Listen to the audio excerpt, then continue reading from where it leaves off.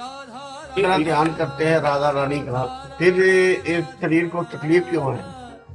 राधा रानी का ध्यान आज कर रहे हैं और रचा गया था शरीर आज के 55-56 वर्ष पहले। तो जब रचा गया था तो पूर्व के पाप और पुण्य मिला के रख दिए गए थे। ये पॉलिसिस्ट किडनी है जो माँ के गर्भ से ही इसका सृजन होता है। ये वंशानुगत रोग होते हैं ना, जैसे तो वंशानुगत रोग हमारे जो ये किडनी है, ये ऐसा नहीं कि कोई इन्फेक्शन से बिगड़ी हो, ये वंशानुगत रोग है, पॉलिसिस्ट। हाँ, वो माता या पिता के परिवार के अंश से आता है।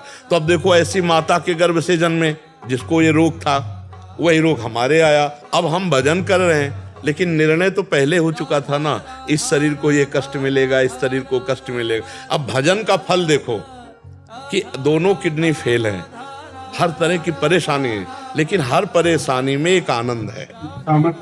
हाँ, बस ये केवल उनकी कृपा से, ये हमारे श्री जी के चरणों का आश्रय लेने का फल है कि ऐसी स्थिति में भी हम आपसे बातचीत कर रहे हैं, ऐसी स्थिति में हम बैठकर दिनचर्या कर रहे हैं। और ये इस शरीर के पूर्व पाप का फल है कि जो भोगना पड़ रहा है। जैसे भीष्म जी अखंड बाल ब्रह्मचारी पर 6 महीना बाणों की सैया में, रामकृष्ण परमहंस जी ब्रह्मबोध संपन्न महापुरुष पर कैंसर गले का था ना, ये शरीर को भोगना पड़ता है। हम लोग विचलित तो हो जाते हैं ना जी। हाँ, महान पुरुष, महान आत्मा, पर उसमें विचलित इसलिए नहीं होना कि भगवान का यही विधान होता है। भगवान का, अब जैसे हमारा आखिरी जन्म है, अपने को पता चल जाता है, तो अब जो भी हमारा हिसाब किताब वो सब बराबर कर दिया जाएगा।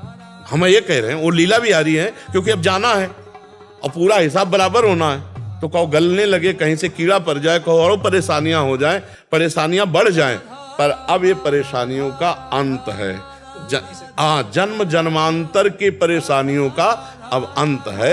अच्छा, जैसे हम कह देते हैं कि अब हमारा आखिरी जन्म है, तो जब भोजन में पेट भर जाता है तो दूसरे से प्रमाण थोड़ी लिया जाता है। ऐसे हमारी छाती कहती है कि अब तुम्हारा काम हो गया।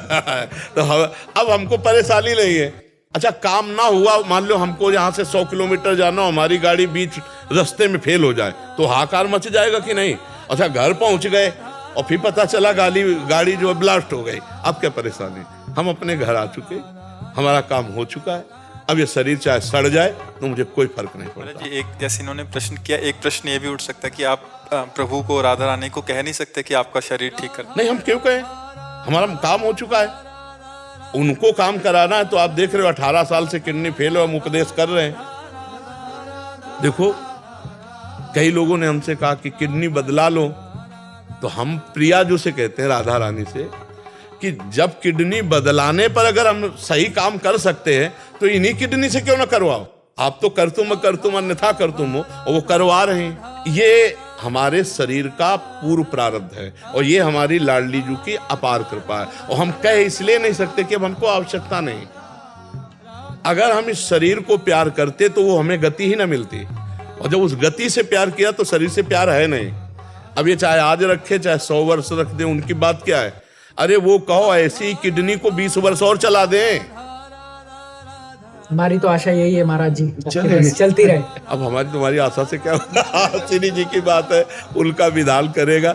हमारे अंदर ये नहीं आ सकता शरीर ठीक कर दो। जैसे आपके सामने 2000 रुपए नोट रखे जाएं ढेर सारे, तो अब आप लुभायमान होंगे क्या, क्योंकि 2000 चलते नहीं ना। तो ऐसे हम इस शरीर से अब लुभायमान नहीं। ये चाहे चिकना बने और चाहे काला हो जाए और चाहे सड़ जाए चाहे फूल जाए, इससे कोई मतलब नहीं। जब तक जान रहेगी इसमें तब तक हम आते रहेंगे, ऐसे बोलते रहेंगे, ऐसे दहाड़ते रहेंगे, और जब उनको बुलाना तो बुला ले, कोई बात नहीं। इससे हमारा प्यार नहीं है।